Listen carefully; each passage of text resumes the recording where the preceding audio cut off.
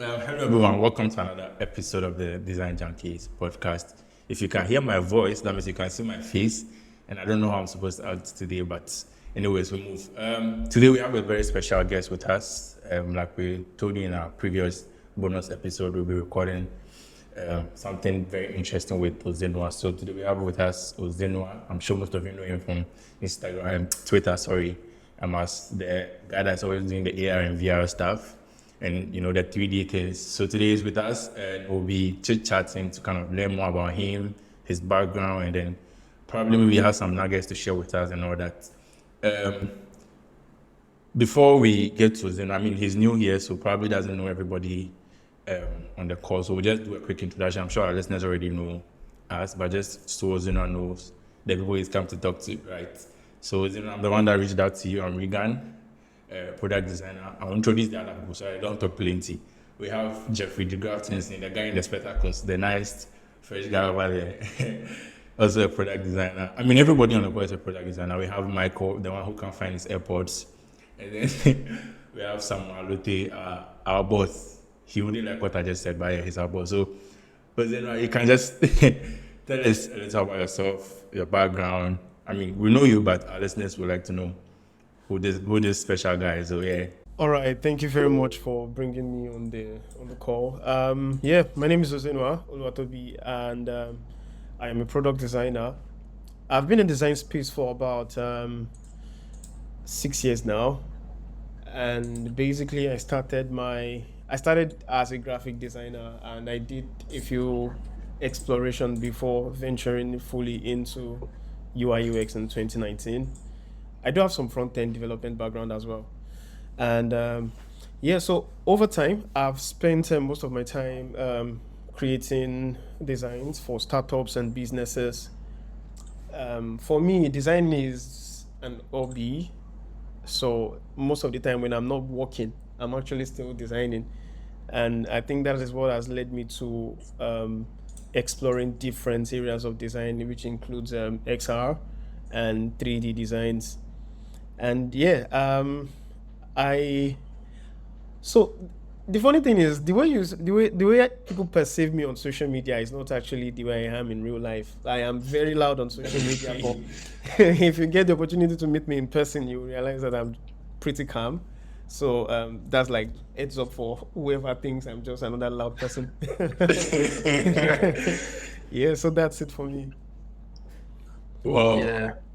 actually, you do look like a quiet person, though, like from his face. But then on social media, it's like the guy that is always looking for, putting the controversial topics out there. Yeah. Well, personally, I also started with graphic design. The other people, I don't know, because I think we have back end devs on the call, and travel people. I don't even know if I should call it my next question. But I think most people, before diving into maybe product design, had a little bit of graphic design background and all that. Do you still do things around that side? Because I think I see most of your current designs and they are very visually appealing. Like it's like that's kind of the direction you're going for. Is there any particular reason? Like, Yeah, so traditional graphic design that I grew up studying is I wouldn't say I still do that. When I ventured into graphic design, it was more about creating posters, banners, and a little bit of logos and the likes. But I think because of the design, the spaces in design that I've threaded, it has actually helped me improve visually. Because of course, as I mentioned, graphic design, front end development, UI UX, visual. Most of them have just been visual. So I've been able to invest more around creating different styles of design rather than doing the traditional graphic design that I grew up to study. So that's what I would right? call it particularly. Yeah. Okay, interesting. Some Yeah, that's. I mean, that's really interesting to know. I like the fact that you mentioned you are.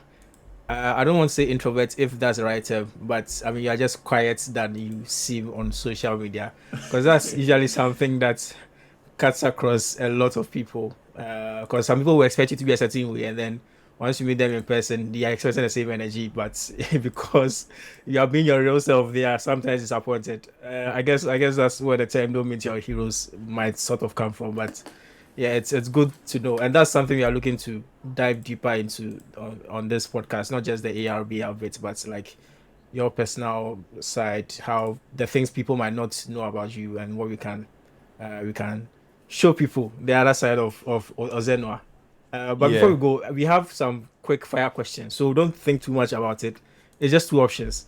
Select, just say whatever comes to mind first. So the first one is pen and paper or digital sketching. Pen and paper. Well, before he goes on to the next one, I would like to know why. Because he thought about it for a sec. He thought about it for a second. So, There is this very funny history I have with pen and paper, and I hope by the time I tell the joke, you'll be able to relate with it very quickly. So so before I transitioned into UI UX, I had my time with front end development and the likes. So I eventually found out that I could not learn anything that had to do with them that had intense logic. So I decided to to stick to the design part or the visual part of front end development. But then a friend of mine now said, the fact that I have been able to like learn front end and I also do design, can I help him design stuff so that he can just code as well?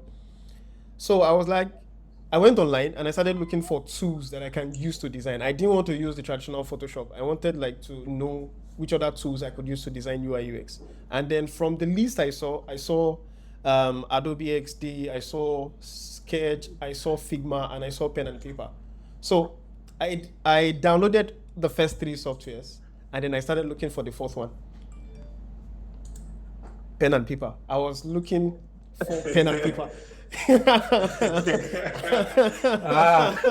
thought it was a tool. Yeah, man, I actually thought it was a software called pen and paper. So That's an interesting story. yeah, so by the time I eventually found out, it became an hobby. So I just kept on using pen and paper, and then I tell the joke whenever people ask me this kind of question. That's very interesting to know. Interesting That's story. very interesting to know. So the second one is, I mean, I saw the OS you're using, but I'm still going to ask anyway. Maybe you have a different machine we don't know about. So PC or Mac? Come on, PC, 100%. I knew But it. you have a Mac. No, I knew. Do you know why I knew it? I think I saw his tweet yesterday about he was talking about some render stuff. I don't know if you remember. And that was the point. I knew that this guy is more of a PC guy than a Mac guy because in his tweets he was kind of shading Mac. But anyways, I mean, I know some of us here well, at least for me, I'm a Mac guy. But anyway, that's a different conversation. It's fine. It's fine. Not today. So the next one is: are you an early bird or a night owl? Night owl. I wake up at night. I think that thing it's a designer's thing. No? No, Michael is not. Michael is not. So. Oh, he be sick of fish. He for go work. Anyway, Yeah, same of weight. I just like morning time. That's when I didn't want to, so well, I mean, Oh, okay. yeah, you're alone in this field, so it's fine. So the next one is, so I mean, do you like traditional arts or digital art? Digital art, actually. Is there a reason why, or that's your preference? Okay, so of course I do have reasons, and well, you may find my life to be a very boring one with the kind of stories I'll be telling because everything would keep sounding the same. So before I started as a designer, before I started a career in design, I have always been fascinated with CGI and motion graphics. Like as a child, I grew up to fall in love with movies that had like CGIs in them. So when I got exposed to art, the one I was able to embrace better because of the computer aspect of it was definitely digital art. So that drew me closer to digital art rather than traditional. Interesting. I like the fact that you mentioned CGI. Which CGI did you first see that got the most impression on you? Okay, so it was The Matrix, actually. The Matrix movie. Yeah. I see. I mean, I think that's a lot of people's answers when it comes to that. What about it? What about it? as a child, um, my understanding of science and the things that were possible were definitely limited. Of course, you only the amount of science was basically whatever you were taught in primary school. So having to watch a movie as Matrix and seeing what was possible in terms of advancement in technology drew me closer to the computer, right? So, of course, I wanted to know, how did they achieve this? Is this thing really possible? And I started making research, and that was what, in fact, I believe me being a designer was actually spawned during that time. That's very interesting. I think we'll probably. I think we should time we go around the table to ask the same question, because I think for me, what drew me closer to computers. Well, I mean, growing up, I had computers in my house. Well, it wasn't a computer at that time; it was just a monitor, which I thought was a computer. Yeah, but yeah, I had that at my house, and I was always fascinated about how it worked because I only saw it on TV. I didn't actually get to use it. But then over time, I think when I was in JHS, that was the first time in junior high school, yeah, we got computer lessons, and then I started getting to know about computers. My dad taught me how to transfer things on a pen drive. Long story short, but I think what really got me to be interested in tech was Steve Jobs. And when he died, when he passed away, the whole story came out. People were making movies about him. I started watching his movies, and then Johnny Ive, is it Ive or Hive? Oh, this is my gun part coming in. The H is not sounding well. But yeah, that was what really got me into. That was what really got me interested in tech. And yeah, I think I'll be interested in knowing what's really got everybody else in tech or design. You can start with Michael. So for me, like we've always had a PC at home. So like anytime I come back from school, go on there, play the game, and then we had this church friend who like was really computers. So then he'll come home, delete all the games, or reset the PC or something. I don't remember. Okay. Which game that I'll go back and forth, and then I think in DHL somewhere like 2012ish there, my cousin introduced me to Photoshop. That time was like Photoshop CSS or something. And then we used to be around here and there, like you just go to what kind of do Photoshop down this like that, right? And then somewhere in SHS, I go to school, I come back, the computer is gone. And then like I live in a kind of house where if you come back and there's something missing, you can ask everyone, you get the same answer. I haven't seen it. Like, I didn't believe like what I didn't know what I had to ask. So I never continued, and then the next time I got a PC was in uni. And then by that time I was already studying computer engineering from when I was in junior high school. So I got there and then I got my PC. Then I slowly wanted to get back into the whole design, Photoshop bit. But when it comes to like tech, I didn't really know what I wanted to do in the tech space. Because I've always wanted to study computer engineering. Here I am in the uni studying computer engineering, but really have no idea what it's about. Then, yeah, Regan. My whole day be fine. Unlike you guys, I didn't have a computer at home, right? But there was this guy in my neighborhood that had this wild vision. He wanted to produce a movie, something similar to The Matrix, if I should say, those action really? movies. So, I mean, in JHS they teach you IT and all that, right? So I used to like typing a lot back there. So he came to me and then he wanted me to kind of type the movie script for him. So, I mean, in the process of typing, that's actually where I learned how to type. And funny thing is, because I knew how to type fast and all that, I just thought I was a computer geek. People had this, we had this belief that what you type here, you can do computer science. And this is because it was part of the reasons why I chose computer science in Eugene, not because of any other thing. Like the mere fact that I knew my way around the computer, I thought I can do computer science. But getting exposed to that part of the world, and he started showing me certain things, back then with Windows, this thing used to be very popular, CMD, command prompt. You know how you can control the whole machine using command prompt and all that. So it was so interesting. Knowing all those commands as a JHS student, being able to see a Wi-Fi password through that. It was long, but then it was interesting and all that. So that was what kind of exposed me to the computer world. Then I think when I got to SHS, I got an HP laptop, which was stolen. Then level 100 in uni, I got exposed to programming and all that. Then I kind of dived into design. So yeah, I think that's my background. I didn't start with a laptop, but yeah. That's fine. Henson. Mr. Henson.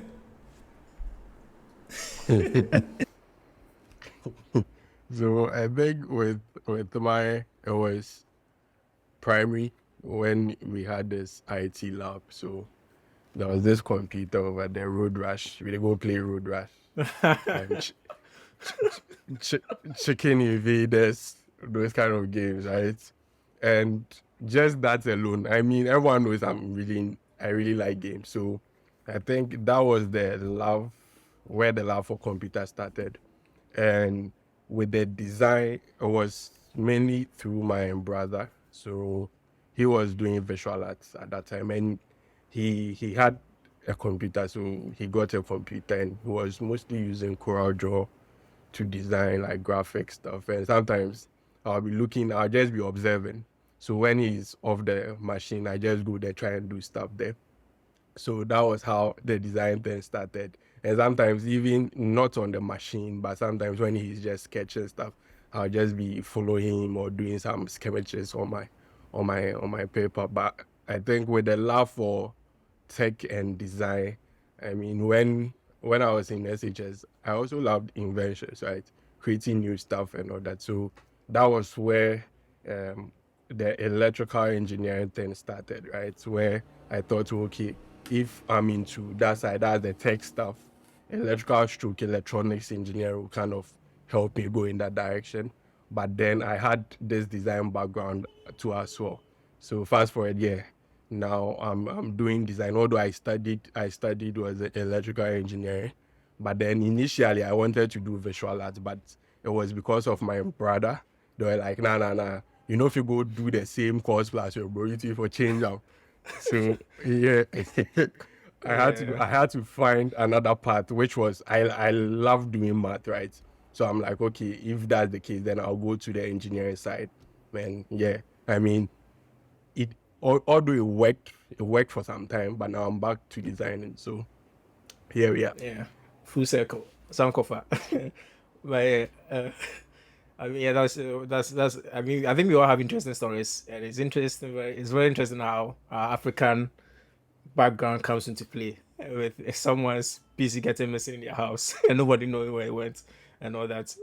But yeah, and also the fact that I mean African parents don't necessarily want their kids to study visual arts, and yeah, for various reasons. But yeah, I mean I think it's very interesting. So okay, so this next one is interesting to me, and your answer. I'm looking forward to your answer. So, do you like public speaking or one-on-one conversations, Ozenua? Oh, okay. So that's a hard one. And the only reason why it's hard is because I generally like to speak, irrespective of the number of people. But which will I go for? I think I would prefer one-on-one.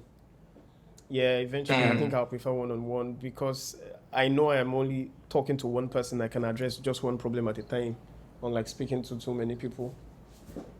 Because I came across your tweets where you were saying, I don't know whether it was a troll or you were being serious or no. It was saying the reason you are not at UDC is because you are not there yet, which I do not believe. I strongly, I feel like we are trolling everybody, but yeah.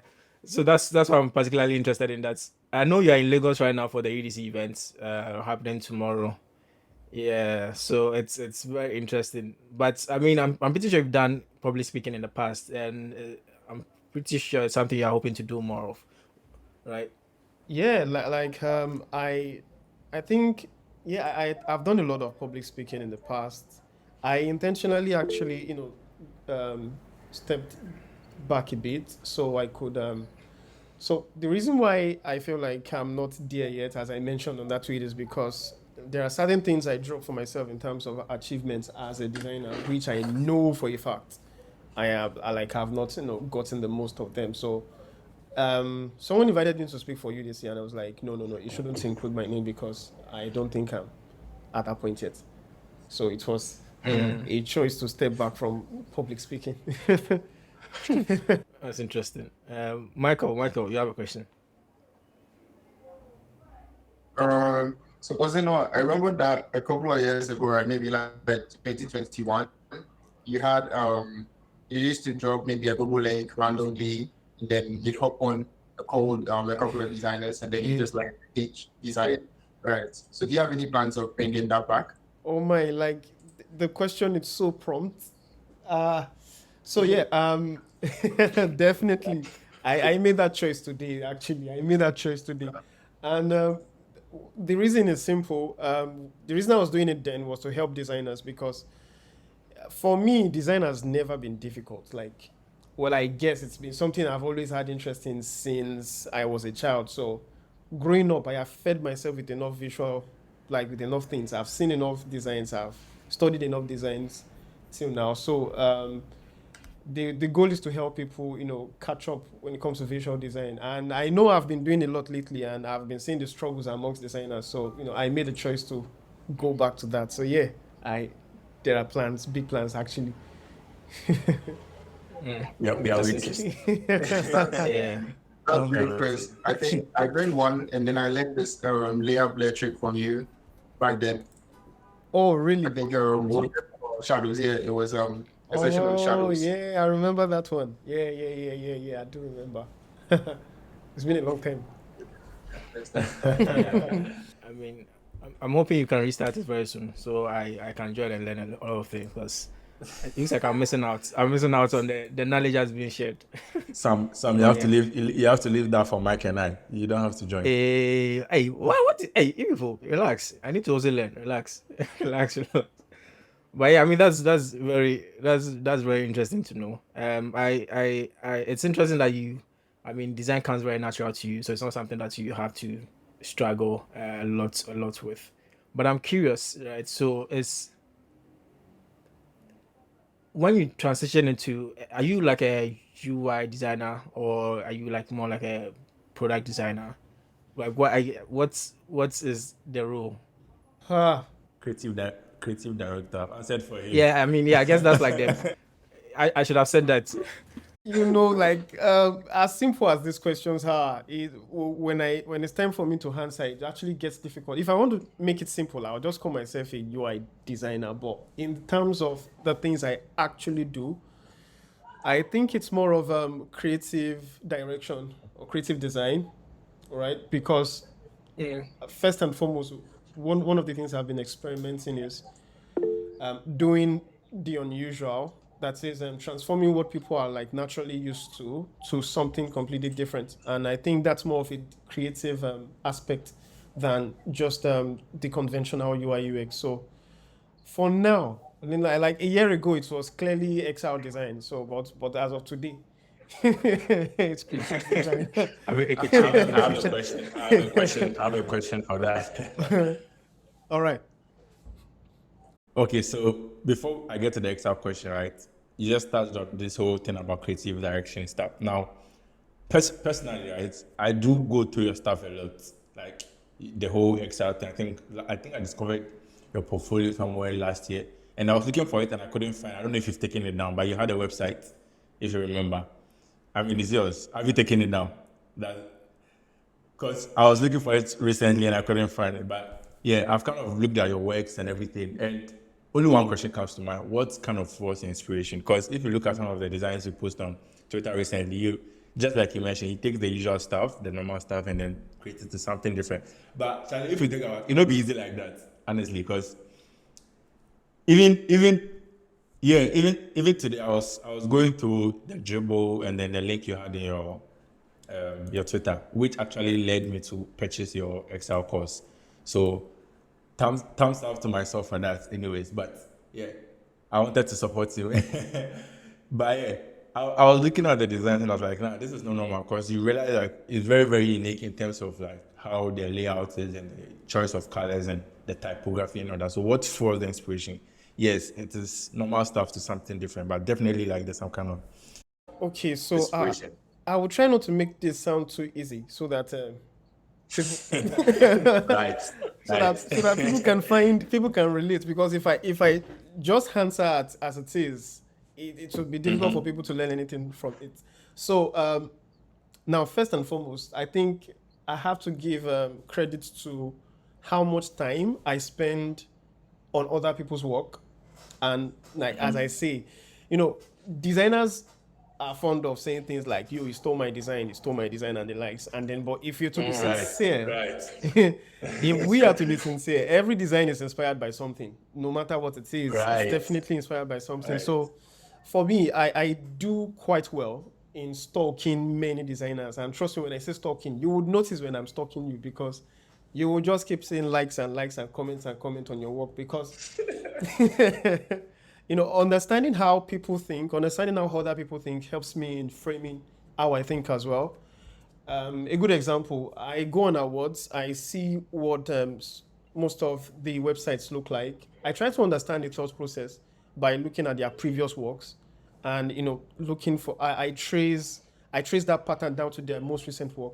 Once I understand that thought process, I try to replicate it, and then use the ideas I have for myself to like build on it. Basically, that's how it is. But in situations where I am not particularly doing that, I think it has to be having a good eye for design, right? Because most of the time, people ask me, "How do you know what fonts to use?" Because I don't actually. I can use the most average fonts and it will still look good. And I think for that, it's just having a good eye, knowing when you've hit the mark of, this is what it should look like, right? And that's the one part I've not been able to teach to people, because Yeah, I understand you. Yeah, there's some things you just can't teach. Yeah, I get it. Yeah. And in other situations, I watch anime. And trust me, it does a whole lot of inspiration. Now, I'm going to give you a cheat. I don't know if you've seen Cyberpunk, the anime on Netflix. If you've seen, I haven't. You don't need to. Oh, you've seen it. Good. So you will realize that for Cyberpunk's intro, they used different visual styles to achieve their intro. And one of the things I appreciate the most about that intro is the use of color and the use of type. Now, one of the things I plan to do is to use the exact same visual language used on Cyberpunk to actually create a website. You should, for you to appreciate what I just said, just go see one episode of Cyberpunk. You will understand what I'm trying to say. Mad. Well, I'll definitely check it out. I've been wanting to actually go into anime, but I don't know where to start. So maybe this is a good first one to start, man. Yeah, I think I'll check it out. But I mean, Regan, you have a question? Sorry, go on. Yeah. So just to maybe probably like summarize everything, if I understood you right. So just like everybody, I'm inspired by others, but then you kind of spend a lot of time tracking where they started from to where they got to in terms of their results, and then also inspired by things around you like anime. And okay, that's interesting. So it's not anything unique. It's like everybody, but your eye for design is what. Yeah, I think that's the icing on the cake. I think we'll also start spending more time on other people's work. I think that should help us.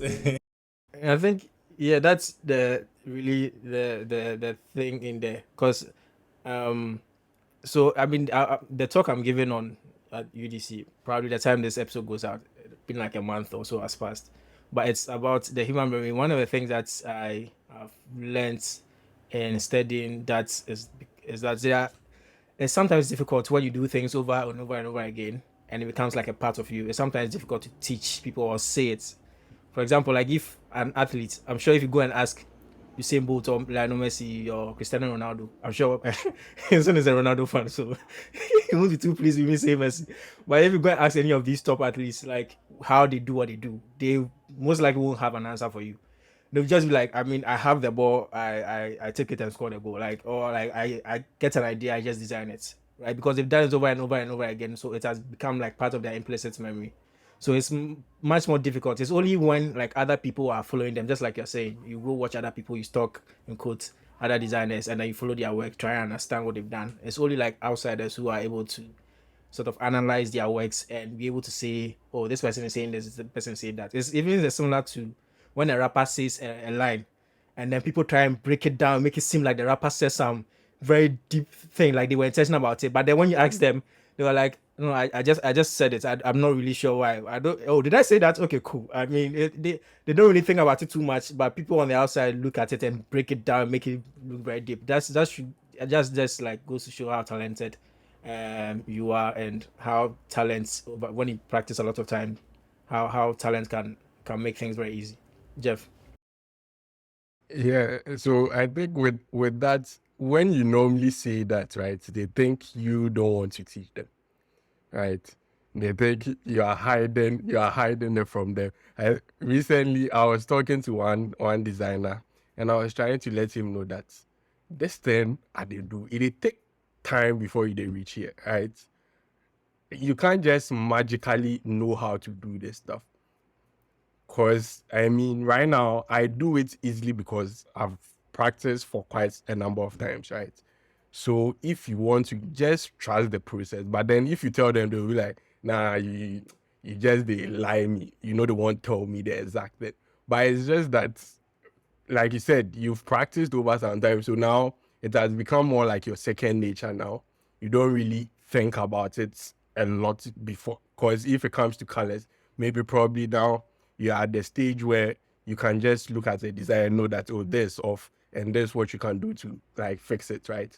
But then when you tell them it took this number of years to actually get to this expertise, they'll be like, nah, they hide something from me. But I mean, Six years. oh, 6 years. They're not be small years. 6 years of experience. six You should years, know that. Charlie. You should know that some things kind of just stick to you. And I mean, I understand it because sometimes maybe if you're a designer, like you just know that this layout is supposed to be like this, and you can't maybe explain it to somebody else, right? If you are doing some graphics, you just know that okay, if I put this here to work, they ask you why, and you're not probably getting the right words to explain to them, and be like Hazel was saying, you don't want to teach them or something. But with the number of years it comes with it, you just know where to put what and what to do. Well, I don't know if someone has a question, but I have a question Yeah, for I you. have another question. So I mean, I'm intrigued by what you said about you taking normal things and transforming it into something different, right? So it makes me wonder, like, what your process is. I know, of course, we just mentioned it. It's difficult to see how you do what you do, but I'm pretty sure like there's a process that you followed over again that you always fall back to. So if you can touch on that, I'm sure you've already touched on some bits of it, but if you can like talk more on that, I think it should help some of us. Okay, so process. Well, I do have a process, yeah, but it's not well, it won't be traditional, as people would say, research, wireframe. Nah. It is none of that, honestly speaking. Like the funny thing is, I actually don't get to design a website twice. Like now, I don't get to design twice. Most of the time, whenever I pick up a project, understand what I want to do, first things first is to generate content, so that because that particularly helps me in knowing how to lay them out. And thank God for services like ChatGPT. I just enter my prompt and get yeah, I get content from the header down to the base of the UI I'm working on, and from there, after reading the content, I don't know, like by nature, it just appears that okay, this is how much content I have for here. It's going to take this amount of grid to place this text well, and the moment I start designing, now that I'm thinking about it, it's so messed up. That's the No, beauty no, of no, the no, design no. process. It's Yeah, not that's the wisdom. beauty of it. That's the beauty of it. So, well, of course, before any design, I must have, gotten some ideas, gone on Dribble, gone on awards, see some fancy stuff, go to my previous works, see some interesting things I've, done in the past, and then I just start. So, I think what helps my process basically has to be the fact that, as I mentioned, when I'm not working, I'm still designing.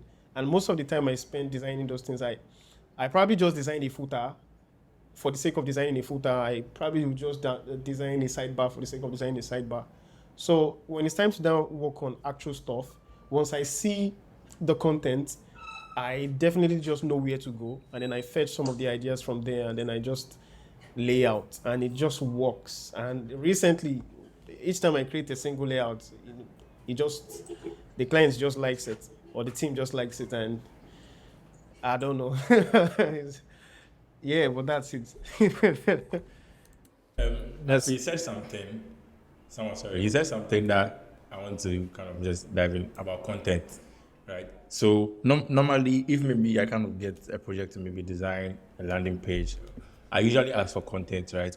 And I thought that was not normal because it kind of helps my thinking, knowing the amount of content that's going on the website. And you mentioned that naturally, when you see the content, you're able to kind of figure out the grade you need to use, and then like, do you think? Because I mean, that's how I also work. Before I even touch down to Figma, I want to know whatever is going on the design so that I can kind of think about it in my head before just jumping into that. So I don't think your design process is messed up like you think it is. I feel like it's normal. Well, let's make it because I also go that direction. But I think that's something that really helps because you know that okay, this is the volume of the content I need. This is how I want to do. Because sometimes you might build a layout without the content, and the content comes and then it now comes to mess up everything. Yeah. So content Yeah. is so important. I mean, I like that you touched on that part. Yeah.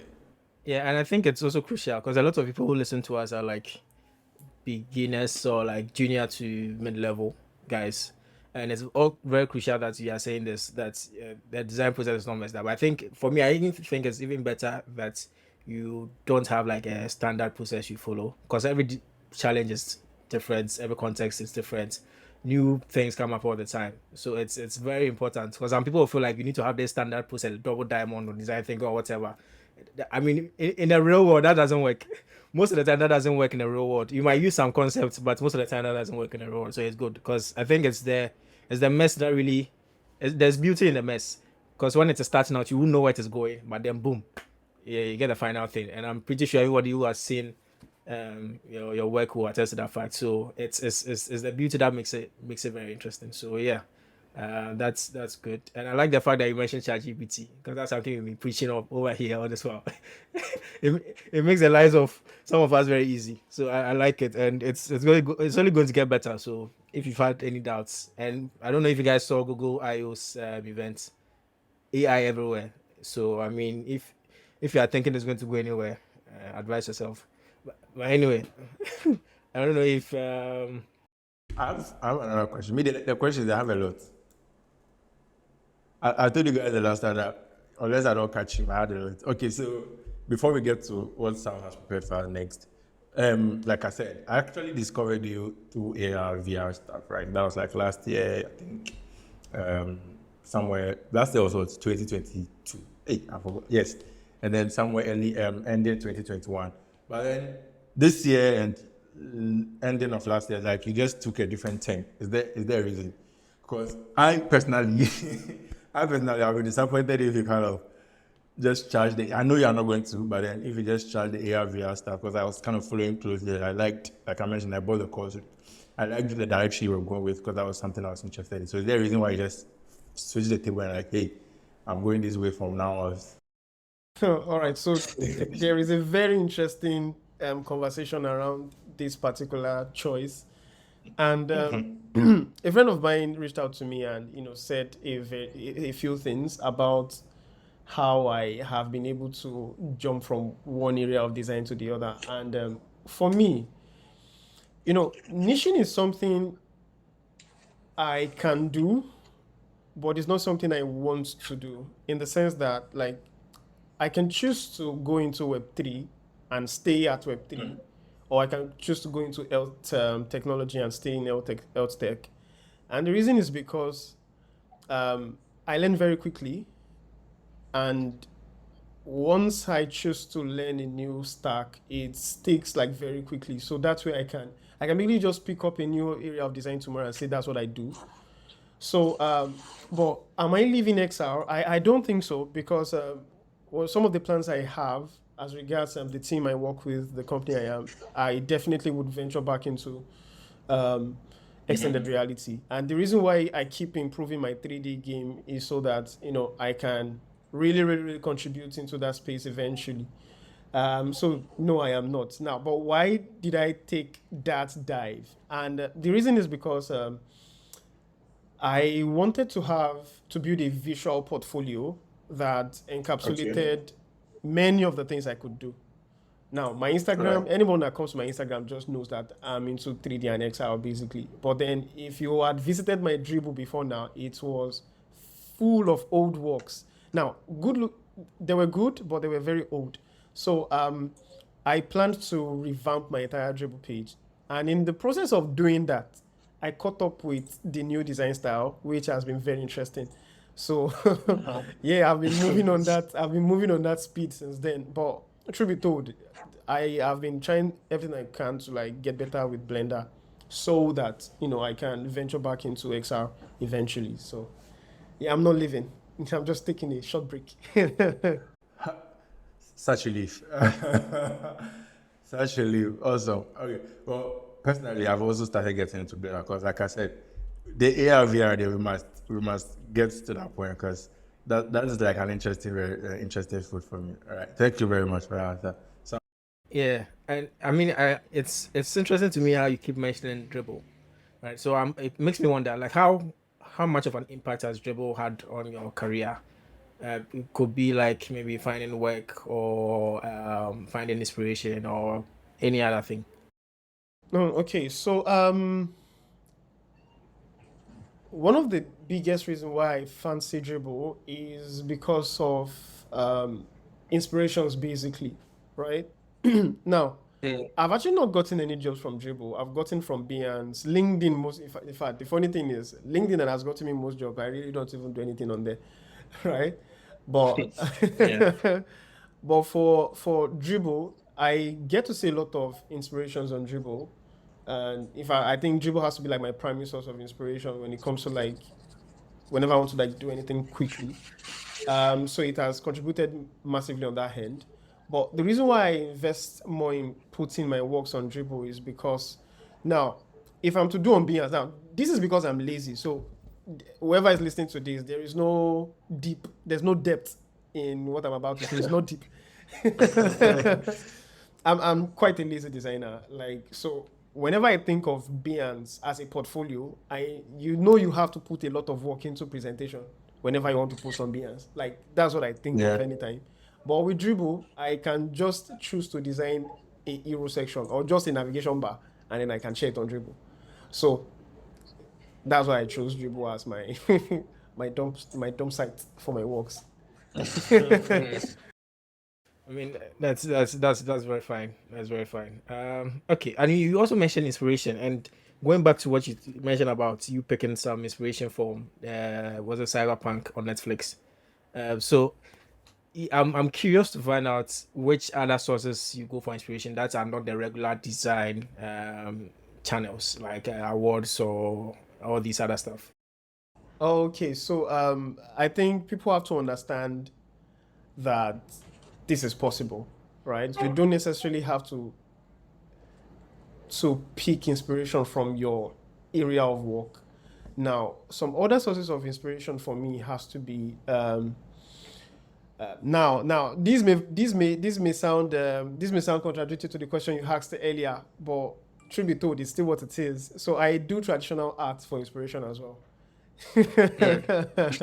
Yeah, like now in terms of preference, I would rather keep digital art than traditional art. But funny how it is traditional art is able to inspire me. The first time I discovered this was I had the opportunity to visit these cane weavers, the people that weave canes into basket and stuff.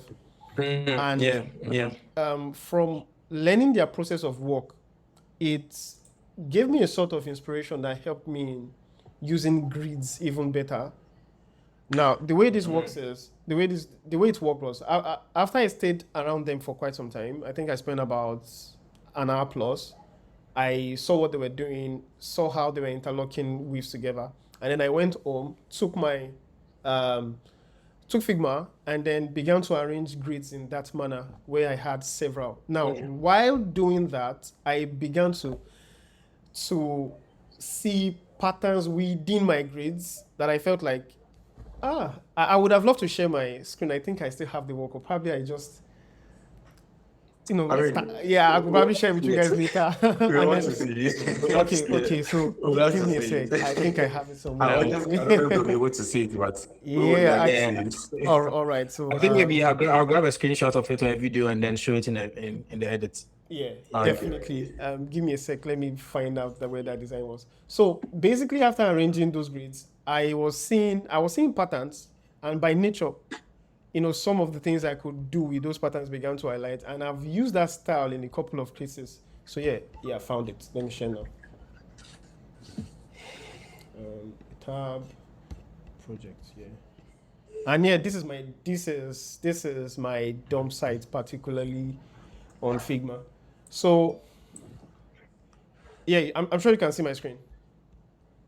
Yep. Yeah. Yes, so I came by this design, and as you can see, I have my grids designed myself on instead of using the Figma grids. So I came up with this. I had the grid layout on the design, and while I was arranging my grids, I began to find unique spots to which I could place designs. Now it has become an habit in such a way that I think I have another one. Oh yes, this is it. It has become an habit that whenever I want to design, instead of using those Figma grids, the grids Figma automatically provides you, I just particularly choose to use this one because while I'm using this one, I begin to see unique positions where I can actually place stuff. I know that sounds very vague, but truth be told, it actually works for me. Yeah, and it sounds tiring too, but I mean, as long as it works, it works. It looks like a lot of work, but Yeah. you know, it's maybe it's because I appreciated what the weaver was doing, and then I found out that okay, maybe if I do something similar, I could probably be inspired, and it's been a very important part of the kind of designs I do because most of the time, what makes my design look the way it is my possibility to put stuff where they shouldn't necessarily be, and you would only see that if you have something like this. Well, maybe not only, but you would see that when you have grids arranged in this manner, it will just appear. And yeah, So how do you create those bits? You use random lines. This sounds like a lot of work, honestly. I love the dedication, honestly. I love the dedication because in an attempt to create something unique. of course, what I do is once I pick up my frame, I first and foremost divide my grids into 12 using this column grids, and then I begin to arrange the lines in between those grids. And then I form squares, I form rectangle, and then once that is set, I just begin to pick random spots from the grid. It is a lot of work. It is quite unnecessary, but well, I do it in less than 5 minutes. I do it in less than 5 minutes, so it really doesn't take time. I think I'll try this out. Yeah. I'll try this out. And it's, I mean, looking at what you're saying, it makes a lot of sense now. How you're able to go sort of this off-grid layouts, but then everything looks like on point, for the lack of a better word. Because some people might just look at it and say, "Oh, this I can just pick this tech places anywhere on the screen," and to make sense. Yeah, it won't come out. So it makes a lot of sense, and it goes to show like we can find inspirations across different fields. Because I've never come across this before, so this is definitely it's this one of the things. That's one of the many things I've learned on this call. I'll definitely try my hands at this out. I might not do it in 5 minutes like you, but I know over time, I'll get better at it because it's very interesting. I don't know if any of us here have different like other sources of inspiration we pick as well aside the regular design channels. Jeffrey. Me, my own, probably it be design channel. I don't know. But then they look at ads, how then they go about their placements, right? So it could be a video ad with typing there, or probably just an ad like a picture ad, and how they go about their posters and all that. So it's not necessarily web design, but then I kind of like look at that for inspiration. It could be a magazine, album cover, those kind of things. I look at that mainly because of their layout. That's where I gather my inspiration. Sometimes it could be their type too. Maybe how big the type is, how small. You know, sometimes you mixing the big fonts and the small fonts, sometimes the placement also counts, right? To create that balance. So I normally, when I'm going for layout and type, I don't usually start with web or website or apps. It's normally posters, like way out of web designing, posters, graphic designs, ads, like I said. And sometimes too, it could be this really weird, but then nature, right? So it could be for colors, for instance. Sometimes I pick it from nature, right? Where maybe I see a particular, say, like I be someday, you know, my place. You see the way it be zongo like that, right? So, but sometimes you just see something and it be you. Like, so sometimes either I take a picture, right? Or I just observe, okay, why is this like attractive, or why is it like attractive to me, right? So sometimes it could be how they blend the colors, and even the common inspiration. Look at the sky, for instance, when it's cloudy, or when it's about to rain, you get it. How it's on one side you see this dark, like dark cloudy area, and other side to this blue blended with white sort of thing, right? It kind of gives you, I mean, nature is God the artist, like. This boy, So this boy wants to get somewhere, but I don't want to. We have a visitor here, so I don't want to get into that. But yeah, I know what you want to talk, but I'll okay. not get into that. I'll not But do yeah, that. I just try to, I mean, with time, it wasn't something I was doing initially, but then with time I realized you could get inspiration from these random places, and I try to incorporate that in what I do now. So now I just pick random stuff and try and get an inspiration out of it. Recently I showed one designer how he was like, how do I do that?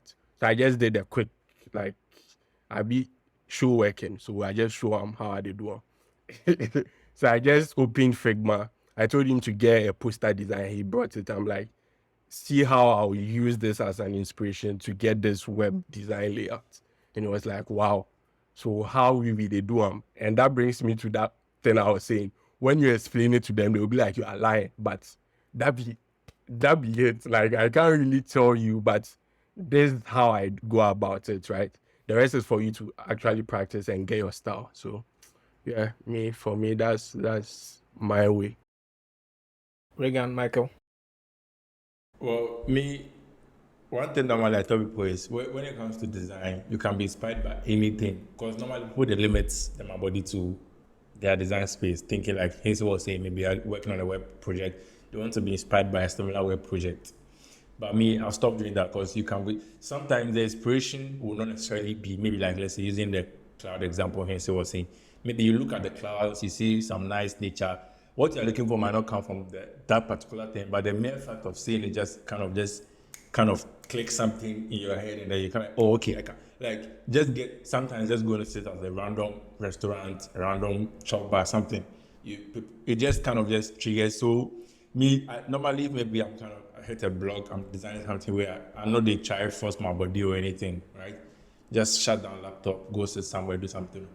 Personally, I really do like reading, so I have a lot of hard copy books as compared to software. So sometimes I pick these hard copy books, look at how they kind of design their cover. Because if you really study books, you realize that every cover be unique. Like how they do it, I don't know, but every cover be unique. So mostly kind of picking inspiration from them. And when it comes to typography, one place that I've really liked is Netflix. You know, if you have your Netflix, how do you call that thing? When like the movies are just previewing and they're showing the different movies, they show their title. Like you get to kind of see so many typography inspirations from there, and that be also something. So me, I pick inspiration from anywhere. Interesting. I'll circle back on this Netflix thing again. But Michael. Yeah, I think for me, it's mostly watching architecture and interior design videos. Because if I open my YouTube right now, like most of the video suggestions that you see are based on architecture and interior design. Because I really get to learn a lot about layouts and colors from how they go about the design of the space and everything. Right? So for me, mostly that's all. I just go for a walk, right? Because I think there was this project that ties back into what Derek was saying when it comes to taking inspiration from nature. Where I think this was mostly like a Nigerian project, was where they you bring a picture or something and they will extract colors from it. I think it was colors.ng or so. Right. So something like that too actually comes back to Jeffrey's point. But then there's inspiration everywhere. Everywhere. Like they made our design web stuff. Regan. Yeah, so just to touch on what Mike was saying about interior design. So I don't know if you guys know Matthew Senna. He used to be about the future, but then he kind of resigned. He's into this whole interior stuff. And I used to follow him closely. And one thing that used to bust my mind was his problem solving skills. Like the guy, like when he's kind of designing a room or his workspace, or you realize that he puts a lot of thought in. And funny enough, I mean, I get inspirations from all those. Like you just come to kind of see unique ways of thinking about it. Because when we talk about inspiration, normally it's not just about the creative side. Sometimes being able to probably maybe solve a problem in a different way, like you usually think of it and all that. So getting exposed, I forgot about interior design is another space to also look like, because it's a whole side on it. Yeah. I mean, for me, it's just like you guys said, nature and some. I don't know if you guys know Bauhaus. It used to be like a design company agency. Yeah. I'm not sure what exactly they are, but I don't know if they still exist. I don't think they do. But I was inspired by them a lot when I was starting out. And reason why I like minimal designs a lot. So for me, if the thing is not functional, it shouldn't be there. If like, I mean, not necessarily functional, if it doesn't have a purpose on the screen, it shouldn't be there, right? Because everything should have a purpose, right? Even if you think, because some people might think, oh, I'm just putting it there to beautify. The beautification is a purpose, so you need to be able to explain what that purpose of the element on the screen is. But for me, I lean more towards the UX design side. So I get a lot of inspiration, just like you're saying, inspiration like from problem solving. The reason why I like to this thing I'm going to say, these guys are going to worry me. But the reason why I like to like travel around a lot, because you tend to get different perspectives of how people address certain things. Because recently, I was at this airport and we were supposed to fill a form. I wrote an article about it, but some guys, we were supposed to fill a form before we came back together. And then me, because I've been filling forms all my life, and probably because I'm in the tech space, I know like the patterns of forms. I know that an asterisk means that this is required. If there's no asterisk, it means it's not required. So I just filled it within like less than a minute. But then when I was done, everybody else around me was struggling. And people were asking me, do I need to fill this? Like, how did you go about this? I'm like, Like it was beating my mind, because usually, right, when you are in your zone working on some of these designs, you don't really think too much about these things because you expect everybody to know, right? So coming across these people, and a lot of them were like they were elderly people, not elderly like old men, but over 30 and 40s going. So it was really beating my mind, and it made me wonder how some things that we tend to like take for granted, people struggle with a lot. So it sort of changes your perspective and always makes you want to, again, that's why user testing and some of these things come in, but always make you want to make sure you, at least the people, you need to understand your user base and test the designs with these people to ensure that you are giving them the best experience for them, not based on what you know or what you think will work for them. And also nature, in the sense that like signifiers, and I've been mentioning signifiers and affordances every time. So like when a mango is it yellow or orange? What's the right color? Like when it is that color, you know it is ready to eat, right? When it is green, you know it is not. You probably get sick or die or something if you eat something like that, right? Like all these signifiers, they tell you how to interact with your environment. When it's cloudy, you know you probably need to carry an umbrella to be prepared for where you're going. So it informs your decisions, right? Whenever you're designing some of these interfaces. So for example, this is very common. You can use red to like signify danger, but some people cannot see red. So in such instances, how do you go about it, right? So these are some of the things I pick inspiration from. I only recently found out it's called biomimicry, like picking inspiration from nature. I never knew. So if you're listening, you can read more on that. But yeah, that's it for me. Henson, you wanted to say something? Oh, then I mean, what you are saying, Seth, they buttress the point I make, say, God be designer, no? Because, I mean, you see signifiers, affordances, whatever, colors, they use JJ. You get, and picking inspiration. I think recently, I don't know. Yeah, I think I showed it to Mike recently. I was working on this portfolio designer for this dev, right?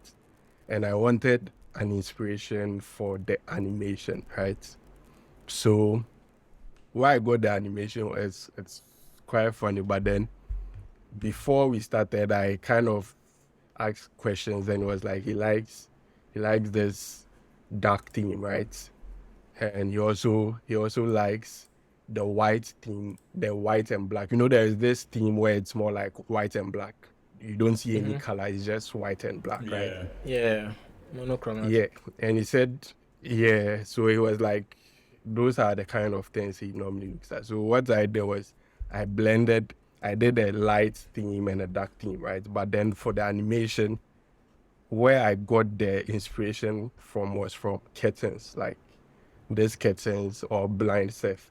You say if you don't want like open your this one, so you say light will come inside that, you go pull something then.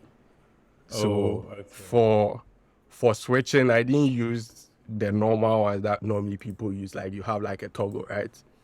What I did was I had this signifier over there, but then I also wrote something like tap to pull, right? So when you tap to pull, so it's light mode, but then it kind of brings this more like a blind thing, right? Where it brings this dark mode.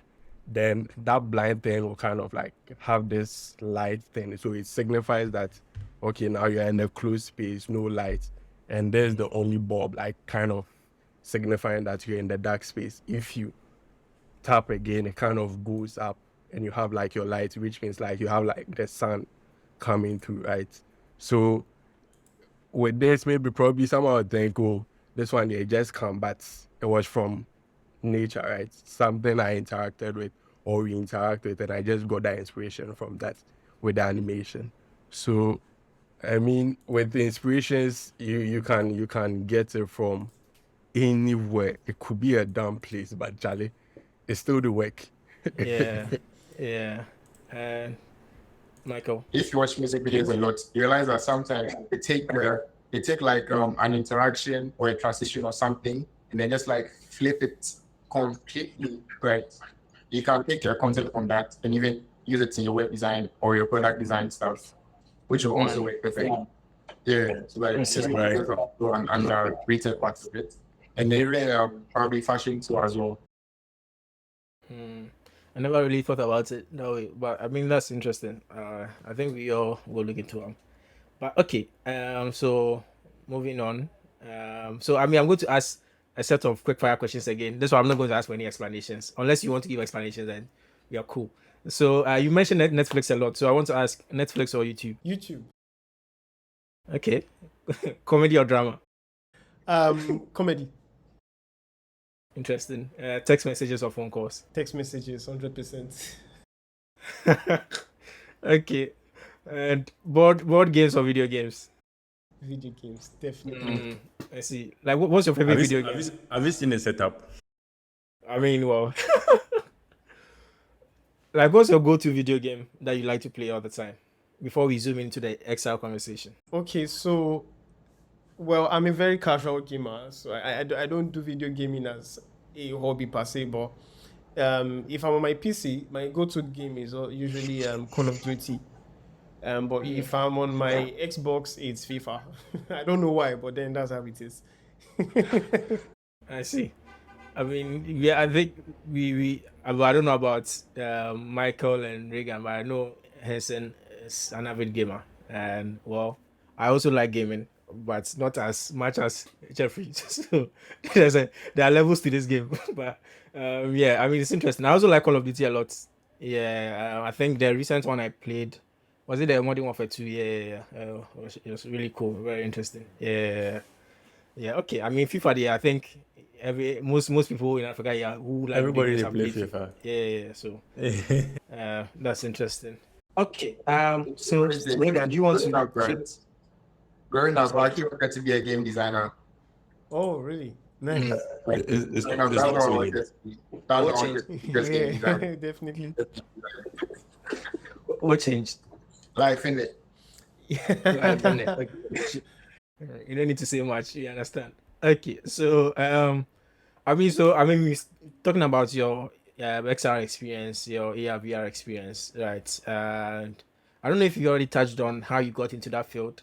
Um, have you already touched on that? We've been saying a lot of things, so some of the things might have passed over my head. But if you can shed a little more light on how you got into that field. Oh, okay. So, um, I got into XR May 2021, and the way I got into it was actually very funny. I was having a conversation with a friend of mine. She's a mechanical engineer, and she was talking about some of the opportunities that are available for engineers to test cars before they are actually being produced. And I was like, how does that even happen? And then she mentioned virtual reality. She did also talk about how she planned to use virtual reality to start a fashion brand. Now, as of that time, there was no conversation about virtual reality. Because Meta announced Meta September that same year, and this was May. So, of course, for me, things like that are usually, intrigue me. So I took the information, went on YouTube, and got as many information on virtual reality as I could. From there, I came across the movie Ready Player One. I saw the movie Ready Player One, and right on the spot, I opened Figma and I started designing. But of course, I wasn't figuring anything else because the rules, the laws that guide XR was like completely different to the traditional things I knew. So I started, making more research, writing articles or whatever I found, like I discovered, and then I was sharing them on LinkedIn. And I think that was where it all started. A startup reached out to me and they were like, they want to work on an XR product. Will I be willing to join their team? I said yes, and yeah, I think it's kept on moving from there because from that point I learned a lot about XR, got into augmented reality, learned a lot about virtual reality. I did a massive research that took about 4 months in total for me to even understand like the lingua around virtual reality. I became the team lead as of then. Around that time, we shipped a couple of products, and yeah, basically that was like how I got into it in a very casual conversation. I see. I mean, that's very interesting. I think that's something we can definitely pick up maybe at a later date. Because I think, yeah, it's been over an hour now. We don't take too much of your time. But yeah. One question from from his biggest fan. Okay, I mean, it's kind of like a two-in-one question. But anyways, so like I mentioned, I bought your course right now. You were talking about how you discovered AR, VR. You didn't really know the terminologies, blah blah blah. Kind of having to figure it all out, right? So I'm here to dive into that. So what should I expect as a total beginner? And most of the questions are going to be answered in that particular course. That's one. This is like me promoting this course, anyways. People should forgive me, but two for someone who wants to start. So maybe anybody on this course probably maybe wants to dive in or something. Where do you think they should start from? Short answer, like. All right. So one of the things I prioritized in the course was making total beginners understand the technology itself, because XR is not difficult to explain if you're trying to like explain it simply, because you could basically just use whatever is in real life to explain virtual reality. But in terms of terminologies and the modality to which it works, it's pretty confusing. And those were like the things I prioritized while teaching the course. And of course, the most part which we covered was around augmented reality. And the reasons are actually very simple. To get into virtual reality is quite expensive because you need a lot of gear. You need the headset, which is already expensive, and then you need to, invest in a pretty proper computer to build for virtual reality. But augmented reality, on the other hand, you can actually do AR directly from your phone without even having a PC and stuff like that. So we majorly focus on that. Now, for a total beginner, I think the course is actually suited for that category of people. And as of when I did the course, I was already 1 year running, and with the privilege to have worked with a couple of startups and shipped a few products at the same time. So for total beginners, the course is completely suited for them. It is Okay. Yeah, we worked on as many projects as we could, and then there are like assets as well that are attached to the course. Right. So you will get Right. access to a few other things. But on long run, by the end of the course, you should be able to like create augmented reality experiences by yourself. Okay, all right, awesome. Mike has a question. I think that'll be the last question, and then we can wrap up. Mike, what's up? So, Ozenua, you mentioned that when you started, you're putting a lot of articles out there and then basically sharing what you learned on LinkedIn. Mm-hmm. And a startup reached out to you and you said yes, right? But then early on when we're talking, you mentioned that it needs to reach out to you to actually be a speaker for this year, but then because you know that maybe I'm not necessarily ready, you said no. Right. So how are you able to like know which opportunities to say yes to and which ones to say no to? All right. So very, very simple question. And for me, it's my goals, right? Well, everyone has goals, so I don't think I want to explain what goals means, basically. But yeah, my goal for the year was the same reason why I actually didn't, take the invite. But that year, 2021, after I started, venturing into XR, I needed an actual opportunity that could grant me more access into the space, right? I was writing articles of what I discovered, but I had not done anything because I still, as of then, did not know much. I had no idea about Unity. I was just hearing Unreal Engine for the first time. I began to use Snapchat more because, of course, Snapchat was like the most loaded AR platform as of then. So finding a paid opportunity, these guys were not calling me for exposure. They were like willing to pay for me to learn on the job while working and creating stuff. So it was definitely what I expect, what I was like looking out for, and yeah, I accepted it. But in the case of UDC, when you are now, I love to talk about design. I love to share about design, but in this case, one of my goals for the year was that I need to have made an all mark as a designer. And when I say all mark, either I get a 6-figure job that is, when I say the amount of money I'm earning per year, people be like, oh wow, you are really doing well as a designer. Or I get like international recognition as an actual designer. John, what's his name? Chris Do is a name that if you hear as a designer, you just know he's a designer. In fact, John Doe was named after Chris. right. I don't think. So maybe not. I don't think I can get to Chris Doe's level in a single year. But the point is, Yeah. if I've gotten that recognition as a global designer, I feel like yes, I think I've gotten to the mark where I can now begin to like stand on like that big stage to talk to many other designers. So that was my reason for turning it down. And yeah, I'm definitely working towards it, of course. That's interesting. That was very interesting. Yeah. So I mean, yeah, I think that's just essentially wrap it up. Like we already said, we have a lot of things to talk about. You are going to leave it hopefully for maybe another time if you're able to get you on board again. But yeah, I think we really appreciate you for making time to join us, even though yeah, I mean, you are in a different city, if I have to put it that way. Do you live in Lagos or you live somewhere else? I live somewhere else. I live in Kwara State. Okay, so I mean, even though you're in a different city and yeah, you don't necessarily have the right tools, but you still made time to join us. So we really appreciate you, and hopefully, we can have some more ideas for future opportunities for collaboration and partnerships. But yeah, I think that will be essentially it for this recording and this episode. So I'm going to hand it over to Regan for him to wrap up. Yeah, before he drops off, just share your socials to everybody listening so they can. I mean, we'll add it to the show notes, but for everybody listening, what platforms are you on? Your handles? All right. So I am most active on Twitter. I think from Twitter you can easily find my other socials, and my Twitter username is at Ozenua_Rune. Rune spelled RUNE. Ozenua_Rune. Yeah. Okay. Thank you, man, for your time. We really appreciate I mean, that was a lot of questions. Some you were not prepared for, but Yeah, I Alright, enjoyed so- it. So it's a wonderful conversation. So thank you for bringing me on. yeah, thank you very much. We'll catch you in another part. Definitely, we know. All right.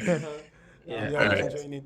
Yeah. Guys, thank you for listening to our amazing conversation with Ozenua. I mean, personally, I learned a lot. I'm sure you guys will learn a lot. And if you have any question from this conversation, drop it in the next episode with him. We'll tackle the one. So thank you for listening. You can follow us on Instagram as The Design Junkies, Twitter the same, LinkedIn the same. Our personal profiles you'll find on our podcast.